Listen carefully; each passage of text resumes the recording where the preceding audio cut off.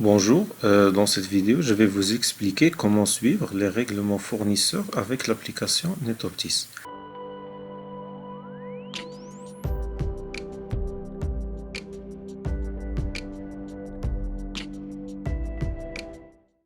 Donc, dans la vidéo précédente, nous avons ajouté une facture FA01 d'un fournisseur.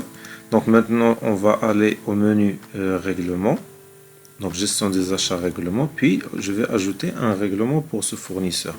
Donc ici, on va rajouter le numéro de règlement, par exemple 1, et on va choisir ici la date du règlement, par exemple le 15. Ici, je vais choisir le fournisseur pour lequel ce règlement sera effectué. Je vais choisir le mode de règlement, par exemple par chèque, et je vais rentrer le numéro de chèque que j'ai fourni à ce fournisseur, par exemple. Vous allez recevoir une notification ici 2 jours avant cette date de règlement. Donc je vais cliquer sur suivant. Donc là, je vais renseigner le détail de ce règlement. Je vais cliquer sur ajouter.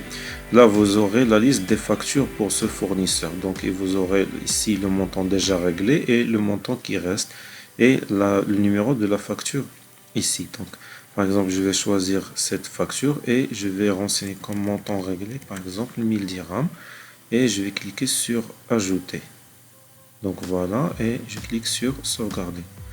Puisqu'il ne reste que 2 jours pour que ce fournisseur encaisse son chèque, il y a une notification qui est déjà ici générée, comme quoi la date du règlement du chèque avec ce numéro en faveur de ce fournisseur est le 15 avril. Donc il vous notifie pour ne pas être surpris par un chèque que vous n'attendez pas. Donc là, vous aurez de l'information sur le montant du chèque, le fournisseur et la référence du chèque. Donc si vous voulez régler le reste pour ce fournisseur, donc on va cliquer sur ajouter un nouveau règlement. Donc je vais ajouter un règlement numéro 2 pour le même fournisseur, par exemple dans cette date. Et je vais par exemple choisir par chèque et je vais rentrer le numéro de l'autre chèque. Je vais cliquer sur suivant. Et là, quand vous cliquez sur ajouter détail, là vous aurez une idée comme quoi vous avez déjà réglé 1000 dirhams et il vous reste 1400 dirhams à régler. Donc je vais rentrer 1400 et puis je clique sur ajouter règlement et puis sauvegarder. Et voilà, j'ai rajouté le deuxième chèque pour ce fournisseur. Donc la même chose.